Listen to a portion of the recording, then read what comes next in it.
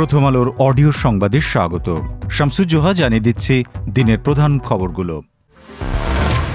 প্রথম আলো ও daily star কার্যালয়ে হামলা ও আগুন দেওয়ার ঘটনা এবং সম্পাদক পরিষদের সভাপতি নিউ এজ সম্পাদক নুরুল কবিরকে হেনস্থার প্রতিবাদে 22 ডিসেম্বর রাজধানীর প্যান প্যাসিফিক সোনারগাঁওয়ে মব ভায়োলেন্সে আক্রান্ত বাংলাদেশ শীর্ষক এক যৌথ প্রতিবাদ সভার আয়োজন করে সংবাদপত্রের সম্পাদকদের সংগঠন সম্পাদক পরিষদ এবং নোয়াব।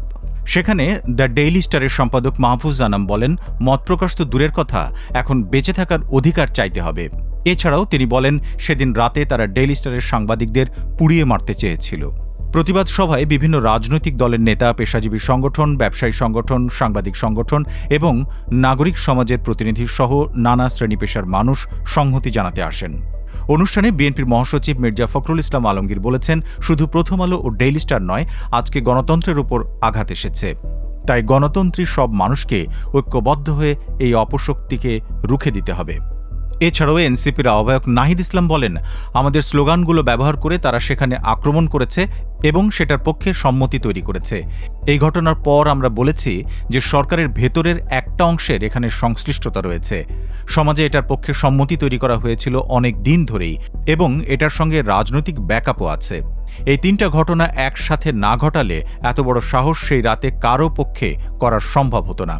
প্রতিবাদ সভা শেষে প্যান প্যাসিফিক সোনারগাঁওয়ের সামনের রাস্তায় দাঁড়িয়ে মানববন্ধন করেন সাংবাদিকরা। সেখানে তাদের হাতে বিভিন্ন প্ল্যাকার্ড দেখা যায়। দৈনিক প্রথম আলো ও ডেইলি স্টারের সহিংসতা, ভাঙচুর, লুটপাট এবং অগ্নিসংযোগের ঘটনায় জড়িত অভিযোগে এখন পর্যন্ত 17 ব্যক্তিকে গ্রেপ্তার করেছে পুলিশ। জড়িত অন্যদের গ্রেপ্তারে অভিযান চলছে।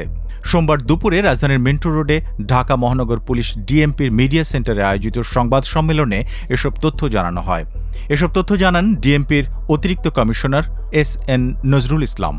নজরুল ইসলাম বলেন, ঘটনাস্থলে ভিডিও ফুটেজ বিশ্লেষণ করে অন্তত 31 ব্যক্তিকে শনাক্ত করা হয়েছে। মোট গ্রেপ্তার করা হয়েছে 17 জন ব্যক্তিকে। এর মধ্যে থানা পুলিশ 13 জন, counter terrorism and transnational crime unit CTTC 3 জন এবং গোয়েন্দা বিভাগ ডিবি 1 জনকে গ্রেপ্তার করেছে। সংবাদ সম্মেলনে বলা হয়, গ্রেপ্তার নাইমের কাছ থেকে লুট করা নগদ অর্থ উদ্ধার করা হয়েছে। এই টাকা দিয়ে তিনি একটি টিভি ও একটি টাচ ফ্রিজ কেনেন, যেগুলো জব্দ করা হয়েছে। ডিএমপির অতিরিক্ত কমিশনার নজরুল ইসলাম বলেন, এসব ঘটনায় যারা সরাসরি অংশ নিয়েছেন তাদের অনেকেই ভিডিও ফুটেজে ধরা পড়েছেন, আরও গ্রেপ্তার হবে।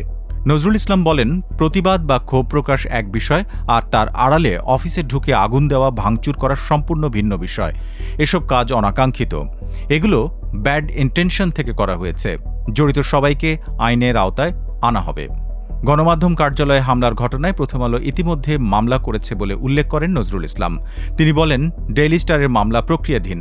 প্রতিষ্ঠানটির পক্ষ থেকে ক্ষয়ক্ষতির পরিমাণ নির্ধারণের কাজ চলছে। খুলনায় জাতীয় নাগরিক পার্টি এনসিপির শ্রমিক সংগঠনের কেন্দ্রীয় নেতা মোহাম্মদ মোতালেব শিকদারকে গুলি করা হয়েছে। সোমবার দুপুর 12:15টার দিকে নগরের সোনাডাঙ্গা এলাকায় একটি বাসায় এ ঘটনা ঘটে।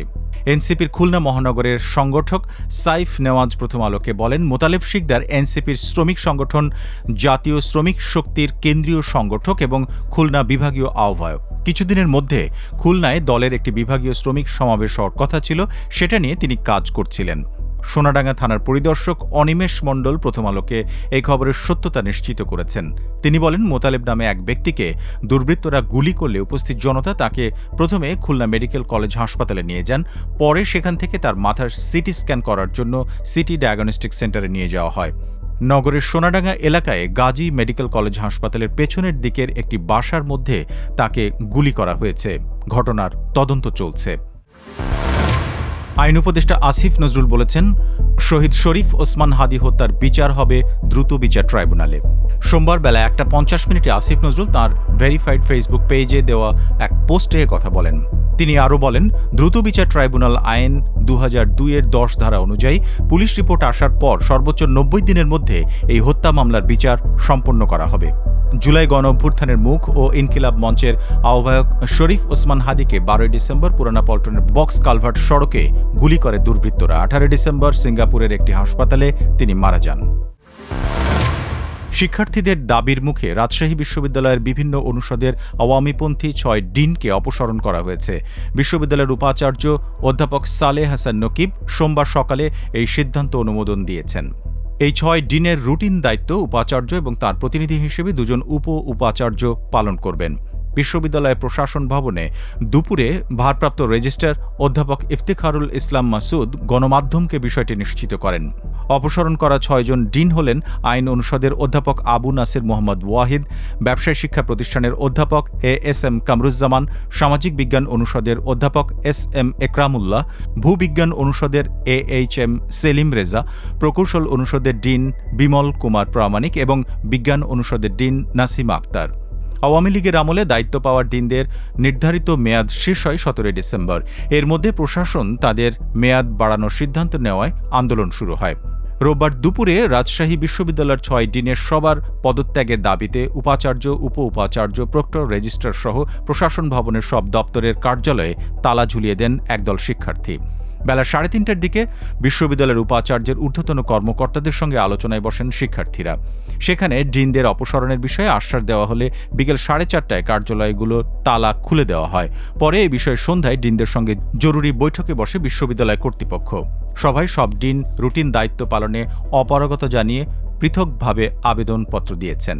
এর আগে বিশ্ববিদ্যালয়ের 6 অনুষদের ডিনদের পদত্যাগের দাবিতে কর্মসূচি পালন করেন রাজশাহী বিশ্ববিদ্যালয়ের ছাত্র সংসদের সাধারণ সম্পাদক জিএস সালাউদ্দিন আম্মার। রোববার সকালে তিনি রাকসু ভবনের সামনে অবস্থান নেন এবং 6 ডিনের কেউ ক্যাম্পাসে না থাকায় গণমাধ্যম কর্মীদের সামনে একে একে সবাইকে কল করেন তিনি। এরপর শিক্ষার্থীরা ডিনস কমপ্লেক্স ভবনের 3 জন ডিনের কার্যালয়েও তালা ঝুলিয়ে দেন। এই ছিল এখনকার মতো। প্রথম আলোর অডিও সংবাদ শুনুন আমাদের ইউটিউব চ্যানেল, ফেসবুক পেজ এবং প্রথমআলো.com-এ।